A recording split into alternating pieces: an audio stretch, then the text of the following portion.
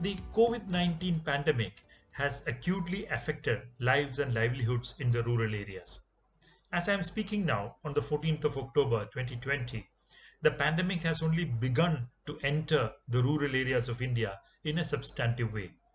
However, the economic impacts of the pandemic are much more disproportionate in their visibility in the rural areas of India. It has affected agriculture and non-agriculture very badly, and agriculture has been extremely badly hit during the pandemic. The first impact on agriculture has been that when the lockdown began in India, the harvest of the Rabi crop of India, which is usually harvested towards the end of March up till about May every year, was just beginning in the farmers' fields. These Rabi harvest operations were disrupted, though there were variations to the extent to which they were actually disrupted. They were disrupted in the sense of not enough migrant agricultural laborers were available to take part in the harvesting. As a result, in many cases, wage rates went up. If farmers wanted to resort to mechanization, it was more expensive because the rents on implements had gone up, rents on tractors had gone up, and so on. Harvest costs went up significantly during the months of March, April, and May of 2020. Number one. Number two is that there was a widespread breakdown of supply chains in agriculture, both in an international sense and in a domestic sense. Internationally, because most of the export markets got frozen during this time, export logistics chains were disrupted. Like, for example, many ports were shut down, containers were piling up in ports, and so on. If you look at domestic supply chains, you will see that most wholesale agricultural markets remained closed in rural India during the pandemic. About 300 to 400 markets were less in operation in 2020 as compared to 2019. In many important crops like wheat, which had just been harvested in March, April, and May, the extent of market arrivals that were recorded in 2020 were far lower than the market arrivals recorded in the previous year, that is 2019. Milk is another agricultural commodity. Here again, procurement of milk by cooperative dairies and private dairies fell by at least 30 to 40 lakh liters per day during the lockdown. If you take meat sector, many abattoirs were closed down because the animals could not be transported from one state to another state or one district to another district in the same state.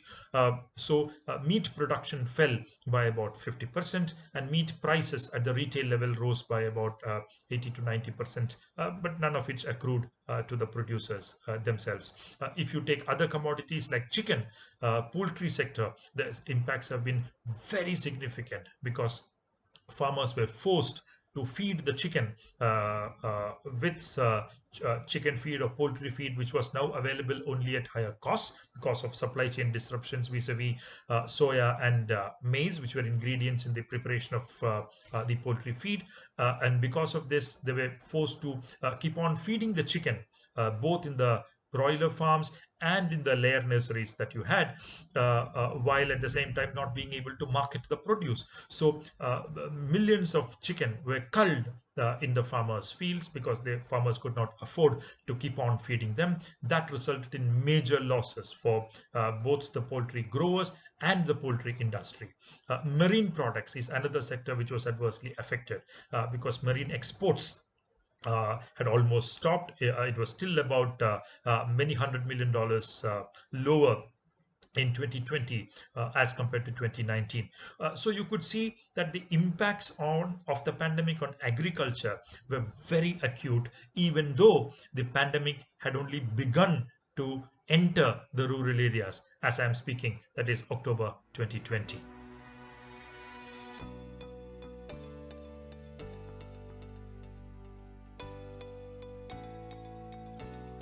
That's a very important question because often the assumption made by many scholars while they are discussing the impacts of liberalization and globalization on Indian agriculture has been the impacts have been undifferentiated. That is, they have been uniform across all classes in the rural areas. In fact, my own argument, and many of my colleagues who work with me also hold this view. The argument has been that the agrarian crisis has been uneven in its impact in rural India. This unevenness is across crops, this unevenness is across regions, and this unevenness is also across classes. All crops do not face the agrarian crisis in the same way. For example, the crisis in cotton and the crisis in sugarcane are very different. You do not see farmer suicides taking place to that extent in the sugarcane belts of India as you would see them in the cotton growing belts of India. That is a diversity across crops that you see. The other diversity that you see is across regions. All states do not see agrarian crisis or farmer suicides to the extent that other states see. For example, if you take a state like Andhra Pradesh or Maharashtra on the one hand, and a state like Kerala or Tamil Nadu on the other side, you will see that the farmer suicide as a phenomenon is much more pronounced in Maharashtra and Andhra Pradesh as compared to states like Kerala or Tamil Nadu for that matter.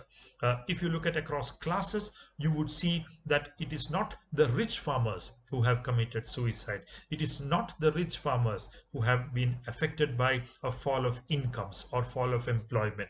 In fact, the erstwhile landlords who have turned into capitalist farmers of today have invested historically their capital in multiple avenues, including in non-agriculture, including in cities and so on. This investment by these sections in the rural areas have enabled them to overcome the crisis in a much better way, much more effectively compared to the poorer sections in the rural areas, such as small and marginal farmers, tenants with insecure tenancy, and also landless agricultural laborers. In fact, the landless agricultural laborers, particularly the Dalit agricultural laborers, have been most adversely affected by the agrarian crisis because it is not just that they are getting less employment in agriculture, but because of overall poor economic growth, the rural non-agricultural employment opportunities have also suffered acutely in the more recent years. So the point I want to make is that the agrarian crisis has been varying in its impact across the rural areas in terms of regions, in terms of crops, and in terms of classes. It is not uniform. It is not an undifferentiated impact that you see in the rural areas.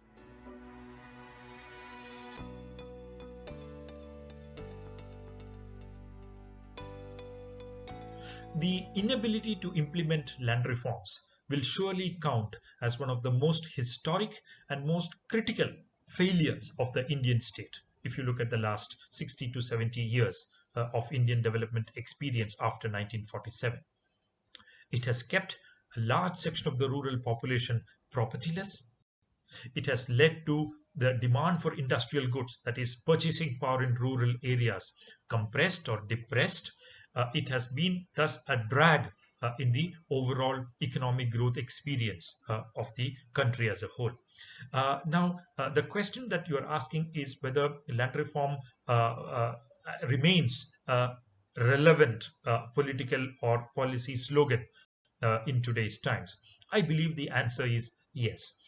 Surely, as years have passed, the average size of holdings have come down, and this has led many to argue that the slogan of land reforms is no more practical or politically feasible in the Indian countryside. In my view, however, if you look at data from rural areas, you will continue to see enormous concentration of land ownership and land possession in the hands of few households in every village. Surveys conducted, particularly by the Foundation for Agrarian Studies in Bengaluru in India, in over 21 or 22 villages across India, shows that while the top 1% of the rural population owns about it varies across villages, but about 20 to 40 to 50% of land in many villages, the bottom 50% of the rural population is in most cases propertyless, and only about 10% or so among them would have even small amounts of land with them. This concentration of land holdings in rural areas, that too in the hands of upper caste households, to the exclusion of lower caste and many OBC, which is the other backward classes category in rural areas of India, shows the enormous potential to use the redistribution of land as a tool, as an instrument to reduce rural inequalities and expand the size of the home market in rural areas.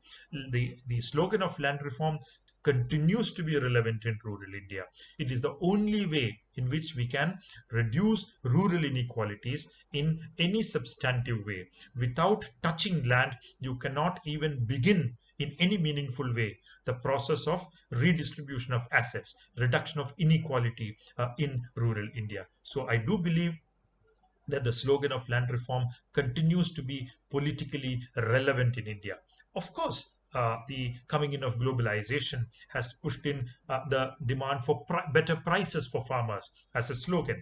And this has led some to argue that the land question is now to be kept subservient to the price question in rural areas.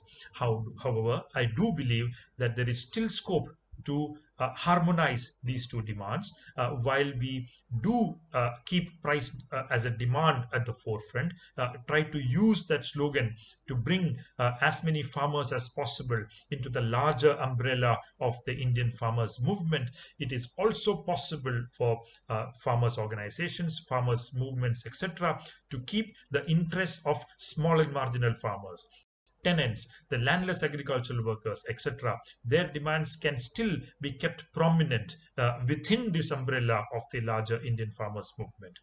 So land reform has not died. Land reform is still relevant. It has enormous potential in the Indian context.